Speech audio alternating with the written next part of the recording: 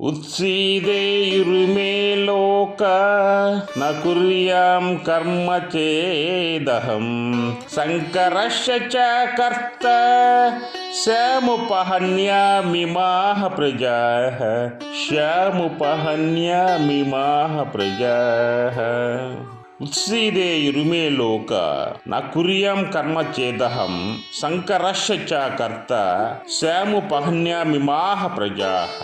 ఈ శ్లోకంలో కొన్ని పదాలకి అర్థాలు తెలుసుకోవాలి. అహం అంటే నేను, కర్మ అంటే కర్మను, నకుర్యాన్ చేత అంటే చేయకుండునేమి, ఇమే లోకా అంటే ఈ లోక అని, అదేవిధంగా ఉత్సిదేయ అంటే భ్రష్టులగుదురు అని, శంకరశ్చ అంటే సంకరమునకును, కర్త అంటే కర్తను అని, శ్యామ్ అంటే అగుదును అని, ఇమాహ ప్రజా అంటే ఈ ప్రజలను, ఉపహన్యాం అంటే చెడగొట్టి నా వాడనగుదును అంటే చెడగొట్టిన వాడనవుతున్నాను, చెడిపిన వాడనవుతున్నాను మీనింగ్ అన్నమాట.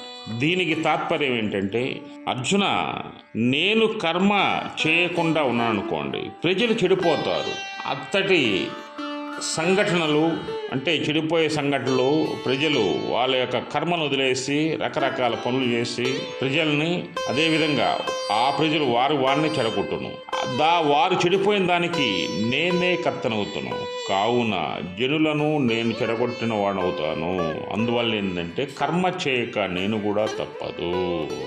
నేను కర్మలను అనుష్ఠించనుచో తక్కిన జనాలు కూడా అనుష్ఠించదు. అతడి సంఘటన అన్ని రంగములందును గొప్ప సంకరము అంటే గొప్ప సమస్యలు ఏర్పడను, అశాంతి ఏర్పడను. ప్రజలు అన్యాయముగా అధర్మముగా వాళ్ళు జీవించడానికి వారికి మార్గం అనేది నేను చూపించిన వాడిని అవుతాను. అందువలన నేను కర్మ చేయవలసింది. తత్ఫలితంగా ఉత్పాతములు ఉపద్రవములు సంభవించును.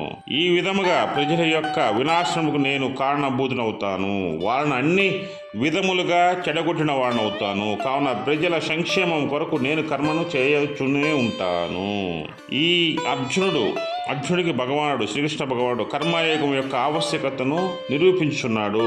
భగవంతుడికి ప్రాణి కోట్ల ఎడల ఎంత కరుణగలదో ఈ శ్లోకం ద్వారా తెలియజేస్తున్నది. అంటే ఇక్కడ అర్జున నువ్వు గమనించు, లోకంలో జన్మించిన ప్రతి ఒక్కరును కర్మ చేయవలసిందే. అది నేను చేయవలసిందే, నీవు చేయవలసిందే, ప్రజలు చేయవలసిందే. నేను కర్మలు చేయాలి లోకంలో.